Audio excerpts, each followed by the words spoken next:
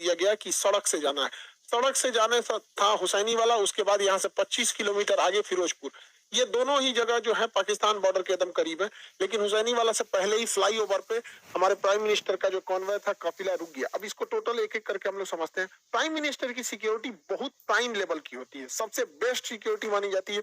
इनके काफिले में जितनी गाड़ियां होती है बुलेट प्रूफ होती है। अभी सुने होंगे 7 करोड़ की एक गाड़ी है, ये बुलेट प्रूफ गाड़ी, काफी जबरदस्त गाड़ियां होती हैं इनमें।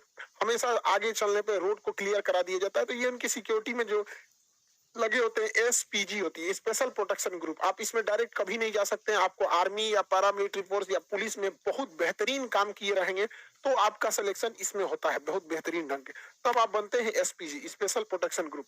एसपीजी दिखती है भले सूट में, लेकिन अंदर उनके पूरा बुलेट प्रूफ रहता है। हर चीज वो अंदर रखे रहते हैं। उनके पास बहुत ही लेटेस्ट हथियार होती है, पिस्टल्स होते हैं।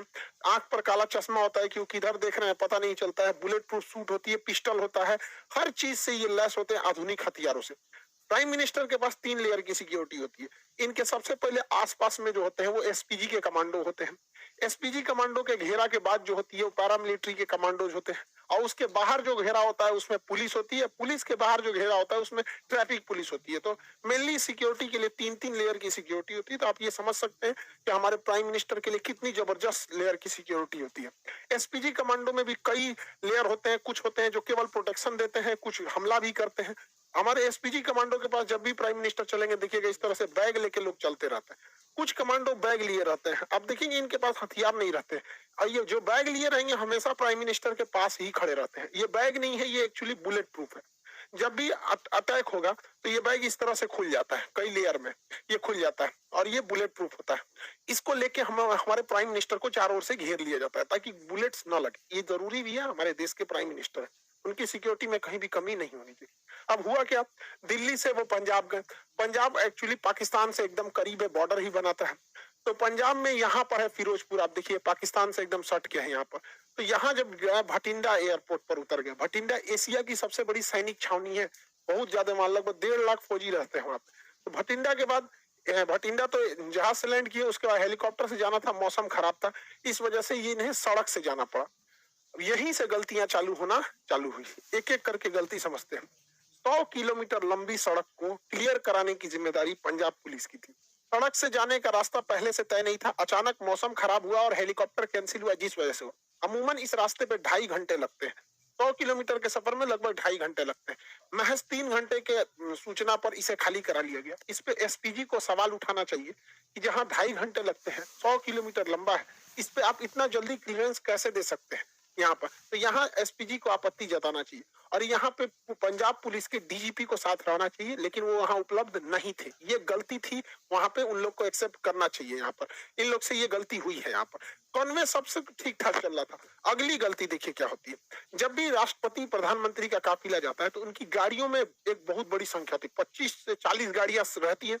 ये गाड़ियों का एक ग्रुप रहता है, लेकिन इन गाड़ियों के ग्रुप के आगे 5-7 गाड़ियां चलती है जिसे हम पायलट कहते हैं, पायलट गाड़ी कहते हैं। उसमें सबसे आगे एक बाइक वाला रहेगा, देखिएगा इसमें, ये देखते रहता है कि सब कुछ कोई दिक्कत तो नहीं है। उसके बाद एक पुलिस की जिप्सी रहती है, इसे हम लोग रूट क्लियरिंग पार्टी कहते हैं। ये 5-6 की ग्रुप में रहते हैं सब। और जो मेन काफिला उससे ये 3-4 किलोमीटर आगे होते हैं ताकि ये पहले ही देख लेते हैं कि कोई गड़बड़ी तो नहीं है। तो जो रूट क्लियरिंग पार्टी थी, जो पायलट गाड़ी थी, इनको दिखाई नहीं। इन लोग की लापरवाही देखिए, इन लोग को नहीं दिखा कि सामने ट्रैक्टर लगाया गया है, रास्ता जाम है। कैसे ये लोग यही रास्ता बताते रहते हैं, वायरलेस पे पीछे कांटेक्ट में रहते हैं। जो मेन काफिला होता है हमारे प्राइम मिनिस्टर का, वो पीछे रहता है 3-4 किलोमीटर, और ये वायरलेस पे रहते हैं कि ऑल क्लियर। हर किलोमीटर पे ये बताते रहते हैं कोई दिक्कत नहीं है, कुछ भीड़ है, यहाँ है, बाकी सब क्लियर। इन लोग को नहीं दिखा कि किसान ट्रैक्टर लेके एक सड़क के किनारे आए हैं। तो इन लोग की भी गलती है, पहले पायलट क्लियरेंस दिया कैसे गया और सड़क पे फंस कैसे गया। तो यहाँ पे भी ये गलती हुई, जो पुलिस की गलती थी। अब तक जो गलती बताए ये सारी पुलिस की थी। अब एसपीजी से कहाँ कहाँ मिस्टेक हुआ उसको हम समझते हैं। स्पेशल प्रोटेक्शन ग्रुप बहुत बेहतरीन है। उनके अरुण कुमार सिन्हा, एके सिन्हा जी हैं, चीफ हैं, अभी आईपीएस अधिकारी हैं। ये बहुत हायर रैंक होता है। कितना बड़ा ये लोग बेवकूफी किए हैं जरा सोचिए। पीएम का काफिला लगभग आधे घंटे, 20 से 30 मिनट फ्लाईओवर पे रोका है लोग। ये लोग बुद्धि देखिए इन लोग का, मतलब पुल पे रोक दिए हैं प्राइम मिनिस्टर को। क्यों? तो भैया पुलवा आगे से जाम है। अच्छा ये बताओ, अगर पीछों से जाम कर देता तो पुलवे पे अटक जाता। अरे भैया, अगर आपको 20 मिनट रोकना था, आपको लग रहा था जाम है, तो थोड़ा सा पीछे आके रुकते। पुलवा पे चढ़ के काहे लिए रोके हैं? फ्लाईओवर पे हमने प्रधानमंत्री को रोक देंगे भाई? ये एनएसजी एसपीजी से सवाल होना चाहिए कि, और ये प्रोटोकॉल में लिखना चाहिए, हिस्ट्री में जो डिफेंस है उसमें पढ़ाना चाहिए कि किसी भी प्राइम मिनिस्टर, राष्ट्रपति या वीवीआईपी को फ्लाईओवर पे नहीं रोक सकते। यहाँ 20 मिनट रोक दिए। अगर दोनों ओर से प्रदर्शनकारी के रूप में कोई और अभी आ जाता, क्योंकि ये बॉर्डर से एकदम 20 किलोमीटर यहाँ से पाकिस्तान आ जाता है, पाकिस्तान की सीमा चालू हो जाती है, तो काफी करीब है। और नीचे से अगर फ्लाईओवर को उड़ा देता सब कोई आईडी या विस्फोटक लगा के, तो सारा काफिला नीचे चलाता है यहाँ पे। ऐसा ऐसा तो दिमाग लगा रहे हैं लोग। भाई आप थोड़ा सा पीछे हट जाते, सड़क पे रहते, कभी कुछ होता तो भाग तो सकते थे इधर उधर। फ्लाईओवर दोनों ओर से जाम हो जाता, कहाँ जाते हैं आप लोग? यहाँ पे गलती एसपीजी की थी। आप लोग को जवाब देना चाहिए। हम लोग तो भाई बताते हैं कहाँ गलती। दूसरी गलती, फ्लाईओवर पे जब हमारे प्रधानमंत्री कह रहे हैं कि हम जिंदा वापस आ गए, मतलब सिचुएशन क्रिटिकल हुई होगी वहां पर, तभी वो ऐसा स्टेटमेंट दे रहे हैं। जब इतना स्टेटमेंट हो गया और आपको वापस लेके आना है, तो आप आधा घंटा बाद लेके आइएगा जी।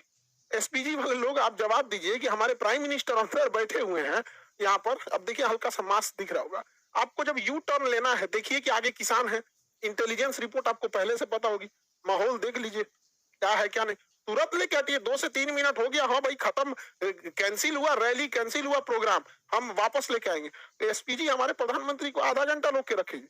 यहाँ एसपीजी को भी जवाब देना पड़ेगा कि आप आधा घंटा काहे लिए रोक के रखे, वापस तुरंत लेके आना चाहिए। अगली गलती सुनिए ध्यान से, गृह मंत्रालय के अंडर में आता है खुफिया एजेंसी, इंटेलिजेंस ब्यूरो, और गृह मंत्रालय है, और हमारे अजीत डोभाल साहब, इनकी योग्यता पे तो कोई शक नहीं है। लेकिन इंटेलिजेंस ब्यूरो और रॉ तो खैर बाहर में काम करती है, लेकिन यहाँ जिम्मेदारी टोटल इंटेलिजेंस ब्यूरो। ये इंटेलिजेंस ब्यूरो को ये पता होना चाहिए कि जब जहाज हवाई मार्ग से मार्ग जब कैंसिल हुआ है, तो जो रास्ता जा रहा है वो ग्रामीण मालवा होके जा रहा है भटिंडा के लिए, भटिंडा से ग्रामीण मालवा होते हुए ये हुसैनी वाला और फिरोजपुर जा रहा है। और ग्रामीण मालवा का जो क्षेत्र है वो एकदम हॉट पॉइंट बना हुआ है प्रदर्शनकारी के लिए। तो इंटेलिजेंस ब्यूरो ने कैसे क्लियरेंस दे दिया कि अभी देख रहे हैं इतना बड़ा प्रोटेस्ट हुआ था, इतना बड़ा भीषण कई घटनाएं हुई, अभी किसानों में भी कुछ रोष था जो लखीमपुर की घटना को लेकर, ये सब। तो इंटेलिजेंस ब्यूरो को क्लियरेंस कैसे दे दिया कि भैया उस रूट से ले जा रहे हो जहां प्रदर्शन का केंद्र बना हुआ है, वो भी हमारे प्रधानमंत्री को। प्रधानमंत्री देश का होता है, किसी पार्टी का नहीं होता है, तो देश सर्वोपरि होना चाहिए। तो इंटेलिजेंस ब्यूरो का भी यहाँ फेल्योर है, सबको जवाब देना चाहिए यहाँ पर। लेकिन मीडिया वाले ये सब सवाल तो पूछेंगे नहीं। हालांकि प्रधानमंत्री जब वापस आए तो उन्होंने हमारे प्रेसिडेंट साहब से भी मुलाकात किया। अब इस पे अटकलें ये भी लगाई जा रही है कि आर्टिकल 356 लगा के राष्ट्रपति शासन यानी राजकीय आपात, स्टेट इमरजेंसी लगाई जाएगी। हालांकि ये इतना आसान नहीं है, और लगा देता तो भी ठीक है था। इलेक्शन होने वाला है, प्रेसिडेंट रूल रहने के बाद थोड़ा सा ठीक ठाक से रहता है। हालांकि ये बहुत वर्स्ट कंडीशन में ही ये इसे लगाया जा सकता है। गृह मंत्रालय ने भी पंजाब सरकार से मांगा है कि आखिर ऐसी क्या गलती थी कि मुख्यमंत्री वहां से रिसीव करने नहीं आए। तो मुख्यमंत्री का अपना कहना है कि कोरोना प्रोटोकॉल को लेकर जूम में थे, रैली भले करेंगे लोग, वहां कोरोना प्रोटोकॉल नहीं लगेगा, लेकिन प्रधानमंत्री के लिए कोरोना प्रोटोकॉल लगेगा। दूसरा कि मुख्यमंत्री को छोड़ो, हटाओ भैया, तुम आए चाहे ना आए, राजनीतिक मैटर है, लेकिन उस राज्य के डीजीपी को कि प्रधानमंत्री के काफिले में सबसे आगे रहना पड़ता है। और डीजीपी जहां रहेगा, पुलिस प्रशासन ऐसे ही रहेगी, क्योंकि किसी भी राज्य का सबसे बड़ा हेड होता है DGP, director general of police. राष्ट्रपति प्रधानमंत्री के काफिले में डीजीपी नहीं थे, ये तो एकदम सरासर गलत है। तो पंजाब पुलिस को इस पे जवाब देना चाहिए। हालांकि गृह मंत्रालय ने इन लोगों से जवाब तलब किया है कि आप लोग वहां पर डीजीपी उपलब्ध क्यों नहीं थे। लेकिन लौटते समय जो कहा जा रहा है कि प्रधानमंत्री ने किसी अधिकारी को कहा कि अपने मुख्यमंत्री को थैंक्स करना कि हम जिंदा वापस आ गए, ये स्टेटमेंट थोड़ा सा अलग है। देखिए, अगर ये स्टेटमेंट केवल हिंदुस्तान के लोग सुन रहे हैं, ये स्टेटमेंट केवल भारत तक रह जाए, तब तो कोई दिक्कत नहीं है। लेकिन जरा सोचिए, एक विदेशी मीडिया जब इसे सुनेगी तो क्या सोचेगी कि कोई प्रधानमंत्री अपने देश में कह रहा है कि हम सुरक्षित जिंदा वापस आ गए। आप ये बोल सकते थे प्रधानमंत्री के कार्यालय के जो भी अधिकारी हैं कि हम सुरक्षित वापस आ गए, लेकिन जो होता है ना कि जिंदा वापस आ गए, काफी हार्ड वर्ड हो जाता है ये, कि मतलब आपने ऐसा बोल रहे हैं, क्योंकि देश आप ही का है। अल्टीमेटली आप कहीं भी जाते हैं तो हमारे प्रधानमंत्री से ही हमारी पहचान होती है। कोई राज्य के मुख्यमंत्री को नहीं जानता है, किसी को नहीं पता कि अमेरिका के 50 राज्यों में किसी एक राज्य का मुख्यमंत्री का नाम, सब वहां जो बाइडेन को जानते हैं। अगर मान के चलिए पुतिन कहते हैं कि बहुत धन्यवाद कहते हैं उस राज्य के मुख्यमंत्री को कि हम जिंदा वापस आ गए, तो भारत के लोग क्या सोचेंगे? आपको जानकर ताज्जुब होगा, चीन का राष्ट्रपति शी जिनपिंग पिछले 2 साल से कहीं नहीं गया है, क्योंकि वहां गृह युद्ध का माहौल चल रहा है, लेकिन उसकी मीडिया ने इसको छुपा के रखा है। उसके प्रधानमंत्री वर्चुअल मीटिंग में जाते हैं, अभी तक कहीं 2 साल से बाहर नहीं निकला क्योंकि आंतरिक कलह चल रहा है। तो ये जो स्टेटमेंट है अगर इंडिया तक में है तो कोई दिक्कत नहीं, किसी को भी कोई दिक्कत नहीं, लेकिन खुद से सोच के देखिए जो बाहरी मीडिया, ये इंटरनेशनल जो लीडर हैं, ये क्या सोचेंगे? क्योंकि जब ये लोग भी भारत में आते हैं ना, तो इन लोगों की भी सिक्योरिटी एसपीजी और एनएसजी कमांडो ही करती है। तो कल को ये सब भी कहेगा सब भैया तो आप अपने कह रहे हैं कि हम जिंदा वापस आ गए, तो विदेश में थोड़ी सी छवि खराब होगी। खुद हमारे प्रधानमंत्री कहते हैं इतने दिलेर हैं, आप दिलेरी की बात करते हैं, बिना बताए 2015 में नवाज शरीफ की पोती की शादी में गए थे। हमारा सबसे बड़ा दुश्मन, जहां से कभी हमारी दोस्ती की कोई उम्मीद नहीं रहती थी, पाकिस्तान, हमेशा कभी टेररिस्ट अटैक, कभी कश्मीर का इशू, वहां हमारे प्रधानमंत्री देखिए यहाँ पे 2015 में नवाज शरीफ की पोती की जब शादी थी, ग्रैंड डॉटर की, बिना बताए चले गए थे अफगानिस्तान दौरे पे, वहां से अचानक चले आए वहां पर।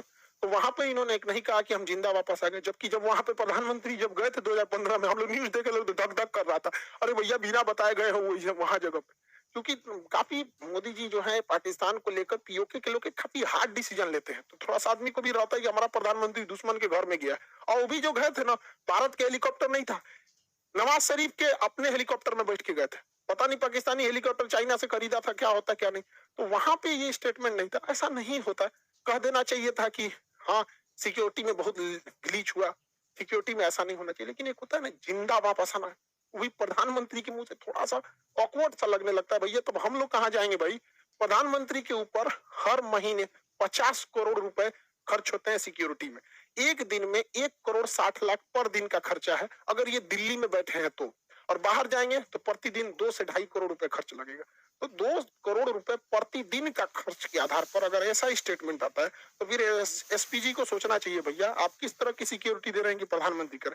और ऐसा नहीं है कि केवल पहली बार जाम में फंसे। 2017 में नोएडा मेट्रो के उद्घाटन में खूब हमारे प्रधानमंत्री जाम में फंस गए थे, तो उस समय कुछ अधिकारियों को ट्रैफिक के सस्पेंड भी किया गया था। 2 बार फंसे थे 2018 में। करना क्या कि नहीं, आप देखिए यहाँ पर पब्लिक है और ये हमारे प्राइम मिनिस्टर है, यहाँ से भी तो कुछ अगर अनहोनी रहना रहेगा तो यहाँ से भी हो सकता है। यहाँ पे अब यहीं पे देख लीजिए, यहाँ हमारे नितिन गडकरी साहब हैं, सड़क परिवहन मंत्री, यहाँ प्राइम मिनिस्टर, यहाँ पे पब्लिक इतनी ज्यादा, यहाँ पे भी इतना नहीं है, सिक्योरिटी बहुत सजग रहती है। अब वो जमाना नहीं है इंदिरा गांधी वाला या फिर राजीव गांधी वाला, लेकिन फिर भी देश के प्रधानमंत्री की सुरक्षा के साथ ऐसा खिलवाड़ अच्छी बात नहीं है। जो भी है गलत है उसको सजा देनी चाहिए और रूल बुक में इसको रखना चाहिए कि कभी किसी फ्लाईओवर पे आधा